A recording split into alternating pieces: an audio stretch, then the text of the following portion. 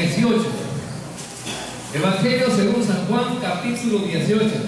Acabamos de terminar el capítulo 17, un capítulo maravilloso, la oración más larga que Jesús haya hecho, y fue registrada en el Evangelio de Juan. Desde el capítulo 13 hasta el capítulo 17 veníamos hablando acerca de los eventos que se estaban dando en el aposento alto. Y en estos eventos, pues los discípulos habían tenido la última cena con el Señor, y en esa cena pues pasaron muchas cosas.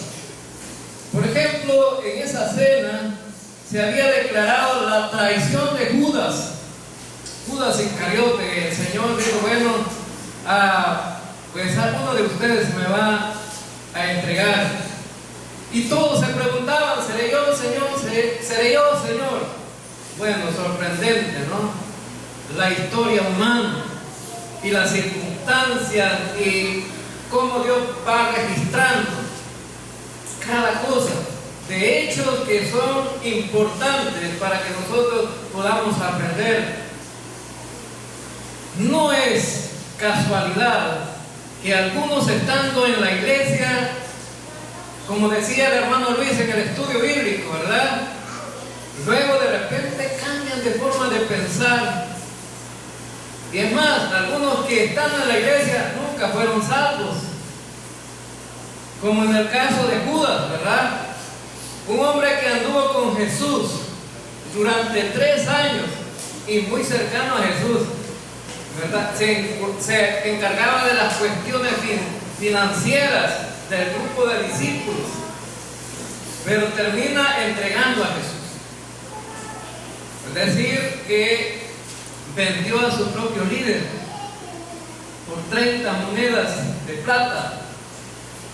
Entonces, ese hecho Jesús lo declaró en el aposento alto, en la cena, ¿verdad? Hoy celebramos la cena, y es digno de recordar que esos eventos fueron fundamentales, porque el Señor estaba prediciendo cosas que iban a suceder pronto. Ahora entonces, también en esa cena, Jesús dijo algunas palabras acerca de Pedro. Pedro dice: Señor, Jesús estaba diciendo: pronto voy a ir a morir en manos de pecadores. Y Jesús le dijo a Pedro, bueno, Pedro dijo: yo voy contigo hasta la muerte. Pero Jesús le dijo: antes que el gallo cante, tú me negarás 3 veces. Entonces, él anunció también la negación de Pedro. Y en este capítulo 17 que terminamos, Jesús oró por sus discípulos, por aquel grupo pequeño de apóstoles que andaban con él. Oró para que Dios lo guardara en este mundo terrible, y en este mundo donde enfrentamos tantas dificultades, la crisis que está viviendo el ser humano hoy día. Pues es sorprendente. La gente en todos los países del mundo está viviendo calamidades, enfermedades, circunstancias que llevan al hombre a pensar que Cristo viene pronto. Amén, hermanos. Cristo viene pronto, porque se están dando situaciones en las que la tierra misma está gimiendo por ser renovada. El ser humano ya no soporta las situaciones de la vida. Y en ese evento también Jesús había orado por aquellos que habían de creer. Y esos que habían de creer somos nosotros, hermanos. Amén. Porque nosotros no habíamos nacido todavía cuando Jesús dijo estas palabras. Nosotros, gracias a Dios, nos encontramos ahora en este templo dándole la honra y la gloria al Señor, porque Él fue quien nos sacó de ahí del mundo donde estábamos, y ahora nos llamamos hijos de Dios. Qué maravilloso, ¿verdad? Hijos de Dios. También dice que después, en el versículo 1 del capítulo 18, dice: y habiendo dicho Jesús estas cosas, salió con sus discípulos al otro lado del huerto, en el cual entró con sus discípulos. Ahora entonces significa que Jesús, habiendo terminado el discurso ahí en el aposento alto, salió de Jerusalén, bajó hacia el arroyo del Cedrón y entró al huerto del Getsemaní. En este momento Jesús se va a disponer.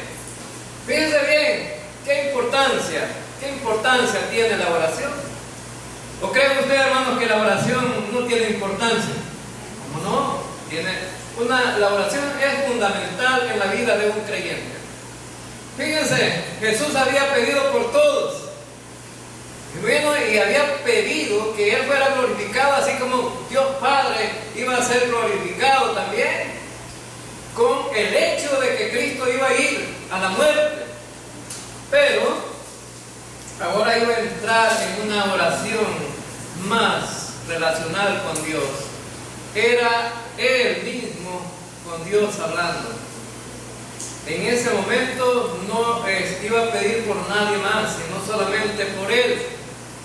Ahora entonces encontramos en las Escrituras que Jesús siempre estuvo pidiendo por todos nosotros. Siempre está hablando con Dios acerca de nosotros.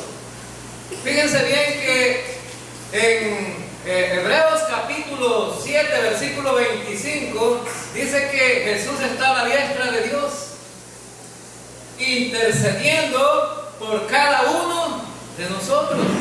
Significa entonces que Jesús no ha parado de trabajar por nosotros. Él está a la diestra de Dios, intercediendo por cada uno de nosotros. Es decir, la oración que empezó allá en el capítulo 17 de Juan, continúa, ya está intercediendo por nosotros. Ahora, en el Evangelio de Juan, poco sabemos de lo que iba a suceder en el huerto del Getsemaní. Dice el versículo 2: y también Judas, el que le entregaba, conocía aquel lugar, porque muchas veces Jesús se había reunido allí con sus discípulos. El huerto del Getsemaní era como el lugar preferido de Jesús, que iba con sus discípulos. Dice que muchas veces estuvieron ahí. Judas conocía el lugar. Significa entonces que este hombre iba a cumplir la profecía de ir a entregar a su maestro. Pero antes de hablar acerca de Judas, me gustaría que habláramos acerca de la oración de Jesús. Vamos a Mateo capítulo 26. Mateo capítulo 26.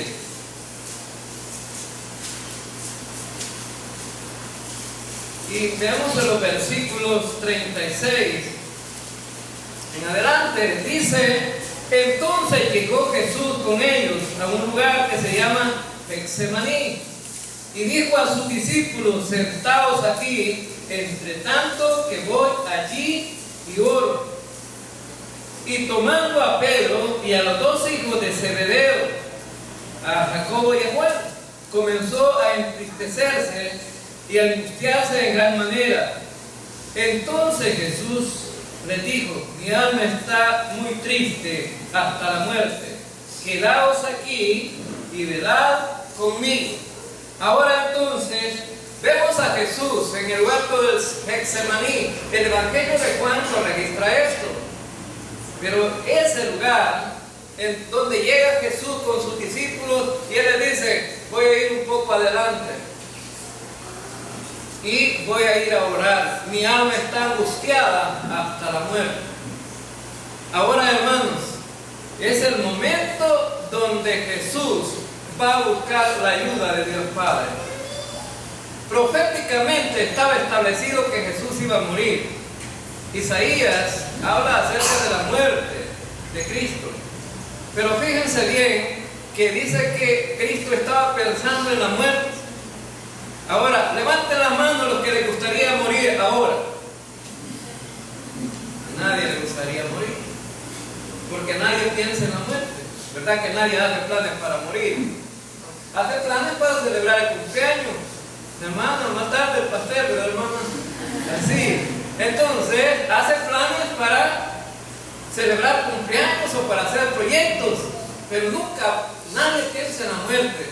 Jesús estaba pensando en su muerte. ¿Y cómo se sentía Jesús? Porque iba a morir. ¿Se sentía alegre o se sentía triste? Estaba triste, angustiado. Estaba en una situación donde el ser humano, bueno, se vuelve una realidad aquellas cosas que muchas veces se temen. Por ejemplo, todo el mundo le teme a la muerte, ¿verdad? Que casi todo el mundo le teme a la muerte. Y muchos expresan, no quiero morir. Fíjense, pocos los que a la hora de la muerte dicen, ya estoy listo. Dios, llévame porque yo estoy seguro para dónde voy y me voy contigo feliz, porque voy a estar en un lugar mejor. El hermano Pedro Funes, que siempre los domingos venía a cantar aquí, hace un tiempo pequeño, ¿verdad? Que se fue para estar en la presencia del Señor, le dijo a su familia, ¿por qué lloran? Si yo sé para dónde voy y voy a estar mejor allá. Significa que estar allá es mucho mejor que estar aquí. Hermano, parece que la predicación es para el velorio. No, hermanos, vamos a hablar acerca de Jesús, de su muerte.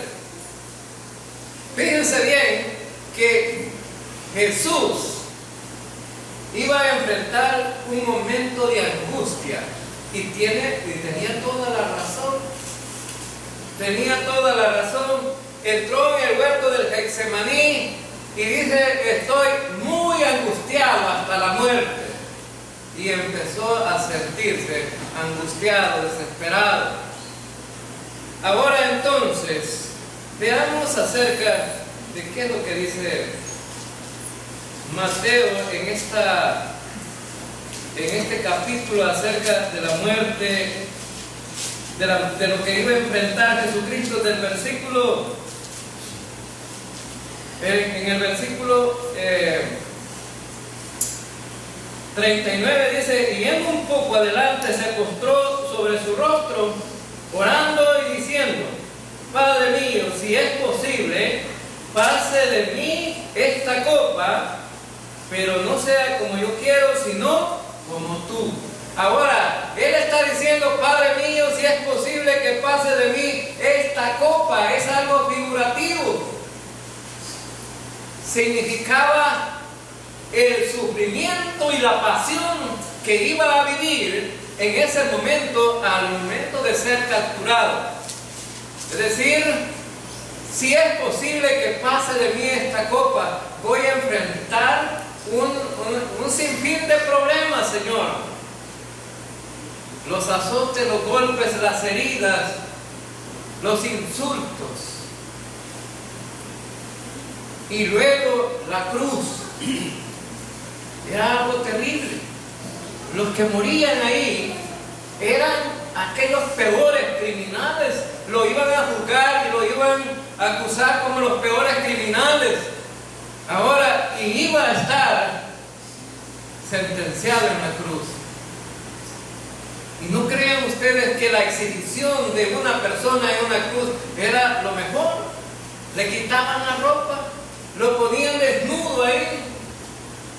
Es más, a la mayoría de seres humanos les da vergüenza su desnudez, ¿no? Ahora entonces, fíjense que él dice, si es posible, Padre mío, que pase por alto este momento, es decir, que podamos hacer las cosas de otra manera. Pero Jesús dice, pero que no se haga mi voluntad sino la tuya. Y en eso se enmarcó Jesús. yo no quisiera pasar por esto, dice el Señor, pero he venido a cumplir tu voluntad. Ahora entonces, y eso era algo real, es decir, la situación que iba a enfrentar Jesús era con un cuerpo humano, no con un cuerpo divino. Era un cuerpo humano que sentía el dolor, sentía los golpes, sentía el sufrimiento. Ahora entonces, y nos podríamos preguntar entonces, ¿por qué Jesús hizo esta oración queriendo pasar por alto este momento? Pero Él dice, no, Padre mío, que sea tu voluntad. Bueno, algunas de las razones que podríamos ver. Hermanos, ¿se goza usted en ser salvo? ¿Se goza usted en ser salvo? Amén. Fíjense bien, para que usted fuera salvo. Bueno, cuando predicamos nosotros que la salvación es por gracia, la gente se ríe. ¿Cómo es posible que solamente nos salvemos por confiar en uno que murió en la cruz? Y que ese es un regalo que proviene de Dios. Y la gente a veces hasta hace burlas cuando predicamos eso. Fíjense bien que la salvación de usted y mi salvación no fue nada fácil. No fue nada fácil. Ahora, usted se goza en la salvación que el Señor le ha dado. Pero fíjense bien lo que tuvo que pasar Jesús. Ahora, lo que tuvo que pagar el inocente por el culpable. Usted era culpable, hermano, y yo también, pero el Señor era inocente. Pero tenía que pagar con la muerte un inocente por un culpable, y era el requisito de Dios. En el Antiguo Testamento, el corderito que moría en el sacrificio era inocente por el pecador, por el pueblo pecador. Ahora entonces, Jesús, siendo inocente, ahora iba a pagar por el culpable. Pero piensa en esto, lo terrible que era el sacrificio de Cristo en la cruz. Él llevaría el pecado de todos nosotros. Llevaría el pecado de todos nosotros. Iba a estar siendo juzgado por todo el pecado del mundo. Ahora, hermano, pregúntese usted, desde que nació hasta la fecha, ¿cuántos pecados ha cometido? Piensa. Ahora, piense, ¿cuántos pecados podríamos enumerar en las personas de todo el mundo? ¿Cuántos millones de pecados se podían contar si empezáramos a contar los pecados de todos nosotros? Ahora, Jesucristo llevaba una tarea difícil, estar en la cruz y pagar por el pecado de todo el mundo. Era una carga difícil. ¿Y sabe qué? Cuando estaba en la cruz, Jesús se sintió abandonado. Es más, en esta oración que está aquí, Jesús, bueno, cuando llega en el Evangelio de Juan, llega aquellos, y lo vamos a ver un poquito más adelante, a capturar a Jesús, y Jesús dice, bueno, dejen a estos libres, llévenme solo. En el momento de que empieza la pasión de Cristo, yo pienso que fue una palabra adecuada para este momento que Cristo iba a vivir, la pasión. Hermanos, la pasión es una palabra que significa una entrega por aquello que nos toca hacer. Bueno, imagínese usted tener que entregarse y cumplir con las demandas de Dios. ¿Por qué iba a terminar Jesús en la cruz y cargar con todo el pecado del mundo? Porque eran las demandas de Dios. Ahora, y Dios estuvo satisfecho. Fíjense bien que la ira de Dios iba a ser derramada sobre su propio Hijo, porque Dios estaba enojado por el pecado de todo el mundo, y la ira de Dios iba a ser descargada de él. Y Jesús viene y empieza a orar y le dice: Padre mío, si es posible que pase de mí esta copa, pero que se haga tu voluntad. La voluntad de Dios era que terminara en la cruz, no era hacer otra cosa.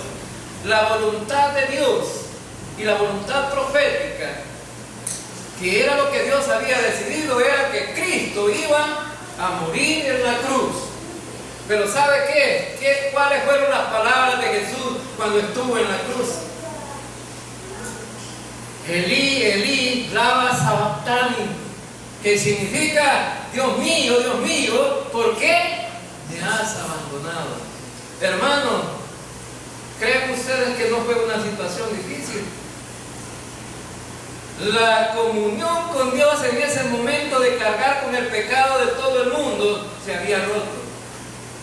Jesucristo iba a ser juzgado, y en ese momento de cargar con todo el pecado hubo una separación entre Dios y su Hijo, porque el pecado estaba ahí sobre él.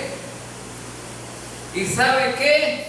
En el momento en que más necesitaba es cuando se rompe la relación, es decir, en el momento más difícil.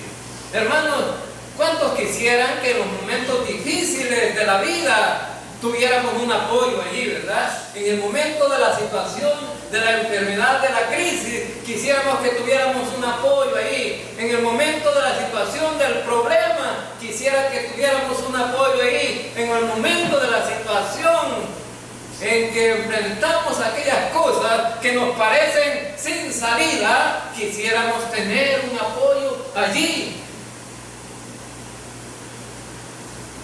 ¿Y sabe quién es el único que puede estar cuando usted necesita? El único que no lo deja cuando usted necesita es el Señor. Amén, hermano.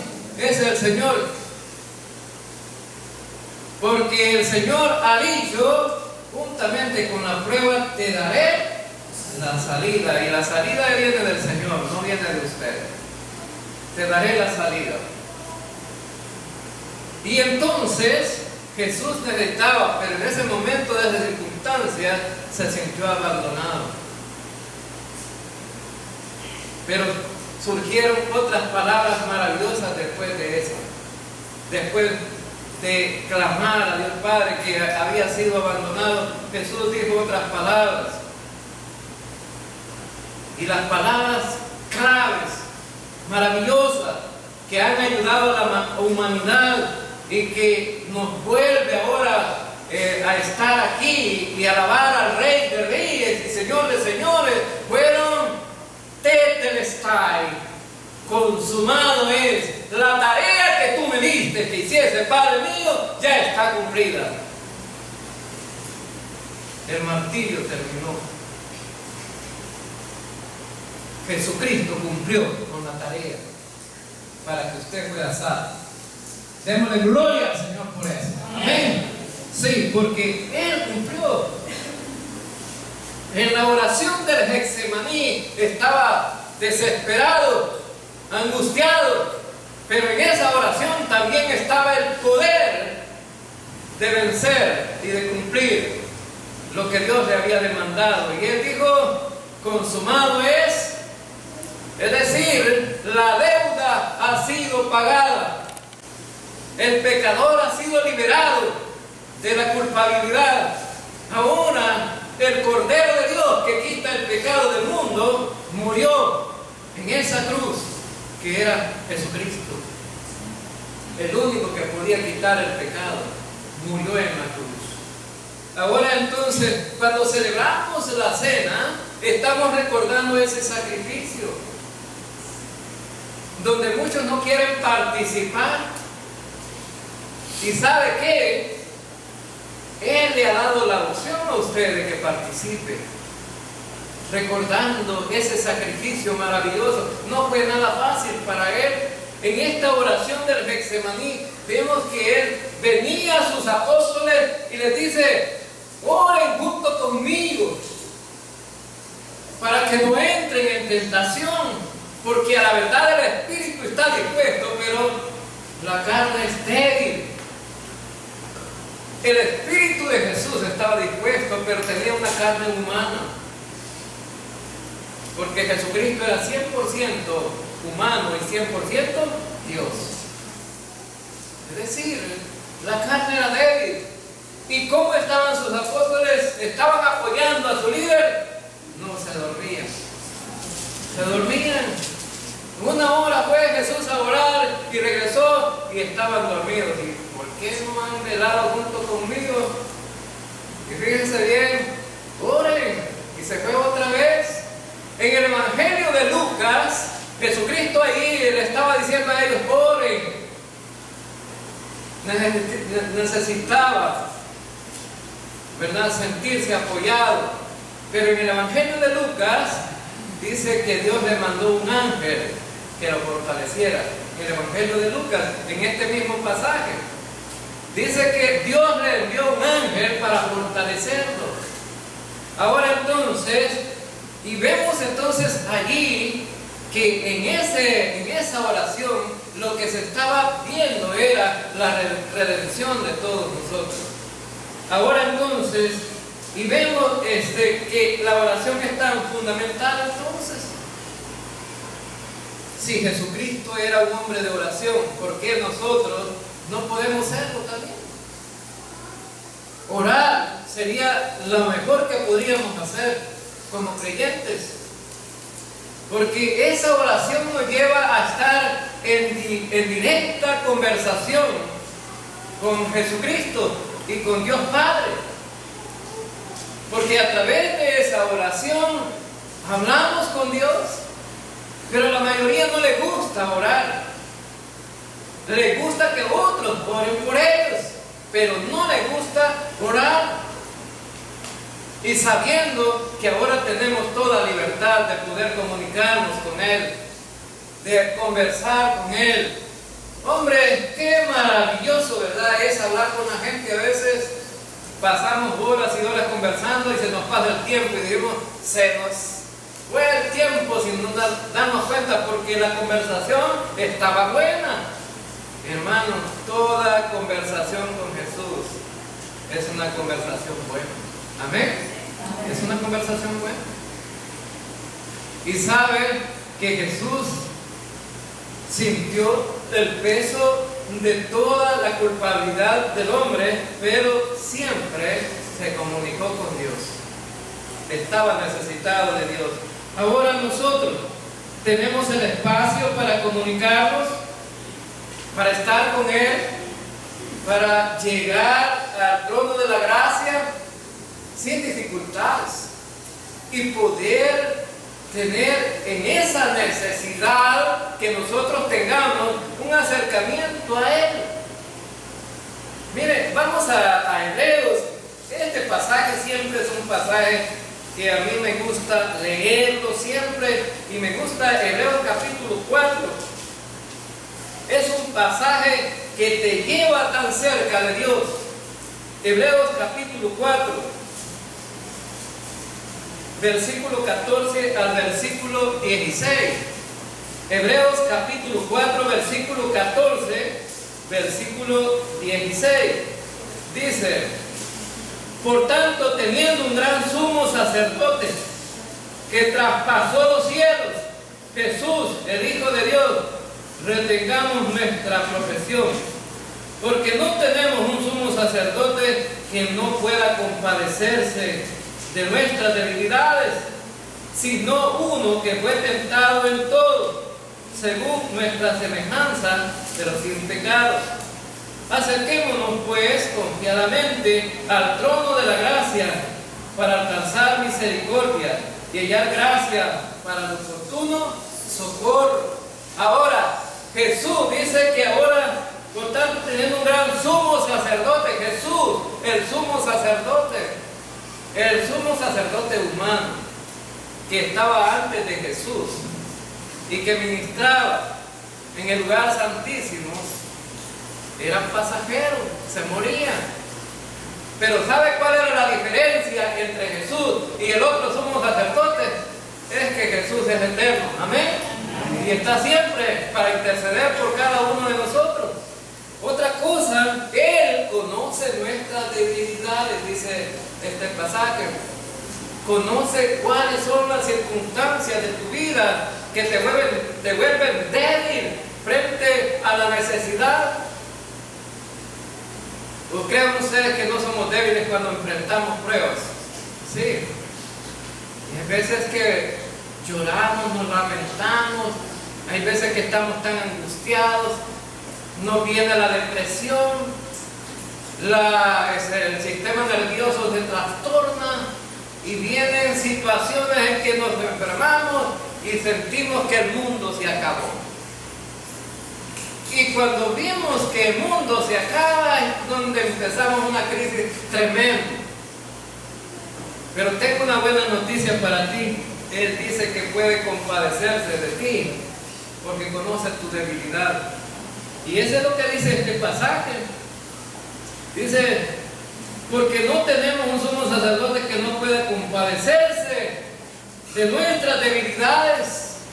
Él conoce cuáles son tus circunstancias y lo que estás pasando y lo que estás viviendo, y Él puede llevarte a la cima donde es la victoria del creyente. Ahora entonces, en primer lugar, dice que debemos de acercarnos a Él. ¿De qué manera? Versículo 16. Acerquémonos pues confiadamente. La palabra confiadamente significa acercarte a Dios sin miedo. Si usted va a buscar un favor a otra persona, a veces lleva cierto temor de rechazo y dice, ¿le dijera o no le dijera? Vaya a ser que me diga que no y pues voy a sentir apenado. Y el Señor dice, acércate confiadamente, no tengas miedo. Ahora hay libertad. En la muerte de Cristo se rompió el velo en dos y tenemos entrada al trono de la gracia libremente, no hay impedimentos. Puedes ir ahí, a ese trono de la gracia. Y dice que nos acerquemos pues confiadamente al trono de la gracia. Con toda libertad puedes llegar frente a Dios. Antes se ocupaba un sacerdote, un mediador. Ahora puedes estar libremente. Tú eres el sacerdote. Tú eres el sacerdote que puede entrar al trono de la gracia. Ahora entonces, y para entrar al trono de la gracia, ¿para qué? Para alcanzar misericordia. Para alcanzar misericordia. La palabra misericordia significa que Dios te va a dar más de lo que mereces. Misericordia significa que Dios te da más de lo que mereces, más de lo que merecemos. Dios te da más y Dios nos da más de lo que merecemos. Las expresiones del hermano Pedrito aquí, ¿verdad?, frente a ustedes, decía, ¿a dónde andaba yo perdido en el mundo? Y hoy estoy frente a un púlpito alabando a Dios. Qué cambio tremendo, ¿verdad? Después de estar allá perdido en el mundo, en los vicios, en la situación, en las circunstancias, en la drogadicción, lo que sea, después estar aquí alabando a Dios. Dios te ha dado más de lo que mereces. Pero no solamente eso, y hallar gracia. La palabra gracia significa también un don inmerecido, un regalo que no merecías. ¿Y cuántos regalos nos ha dado el Señor, hermanos, que no merecemos? Pero Dios nos ha dado. Fíjense bien, la primera gracia que Dios te ha dado es la salvación. Nadie merecía la salvación. Nadie la merecía, pero es un regalo que Dios te ha dado por gracia. Ahora, y no solamente eso, la vida eterna, regalo por gracia. Y no solamente eso, para que vivas aquí en la tierra, alabando a Dios y glorificándole a Él, te ha dado los dones espirituales para que los puedas poner en práctica. Te ha dado todas las bendiciones espirituales en los lugares celestiales. Y la palabra todos los dones significa todos. Es decir, todo lo habido y por haber significa toda la gracia que Dios es sobreabundante en los lugares celestiales. Te ha dado todas las bendiciones espirituales en los lugares celestiales. Significa que todo es producto de la bendición de Dios. Y dice el versículo: y hallar gracia para el oportuno socorro.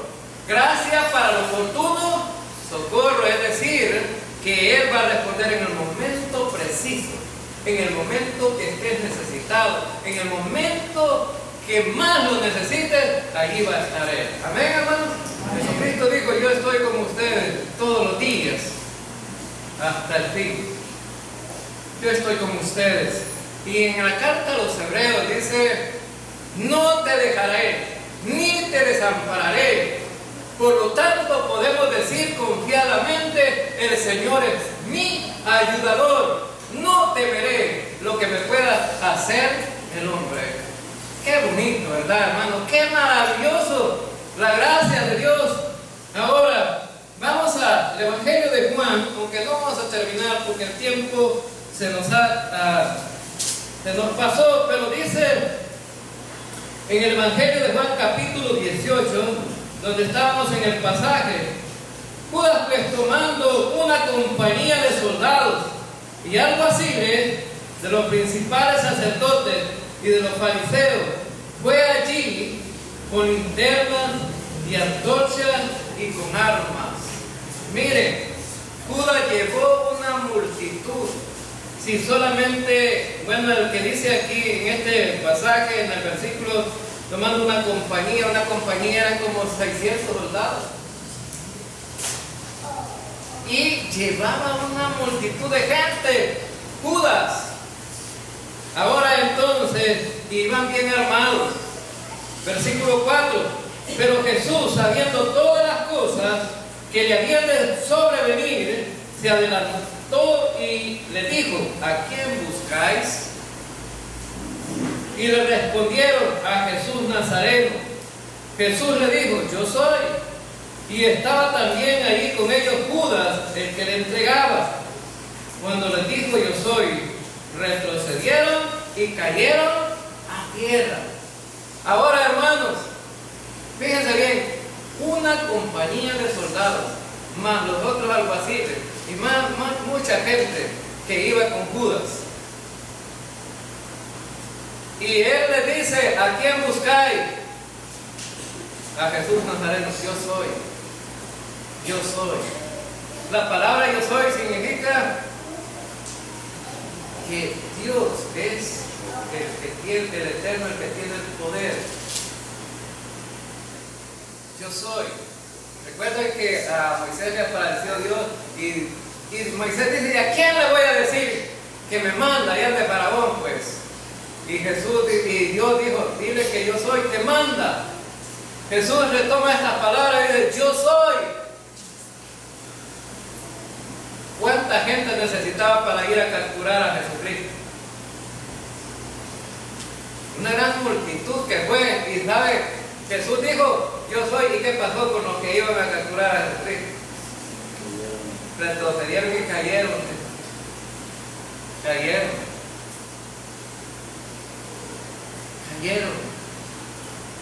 Porque quien estaba hablando es el que tiene el poder. Amén, hermano. Es el que tiene el poder. Jesucristo dijo, solamente dijo: yo soy. Y cayeron. Entonces significa que si Jesucristo no hubiera querido ir a la muerte, no va. ¿Por qué? Porque esos no eran suficientes para capturar a Jesucristo. Pero Jesucristo tenía una empresa que cumplir, tenía que ir a la muerte.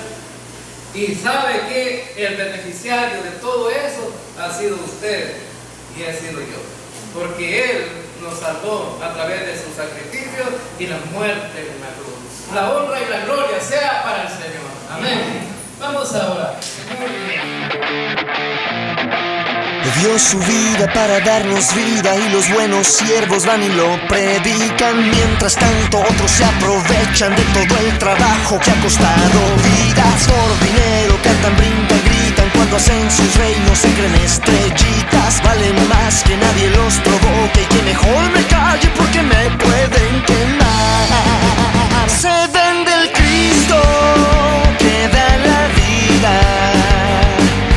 Hacen a un lado la necesidad, se dan entre ellos falsas sonrisas, temen que el otro les vaya a ganar. Se vende el Cristo que da la vida, hacen a un lado la necesidad, se dan entre ellos falsas sonrisas.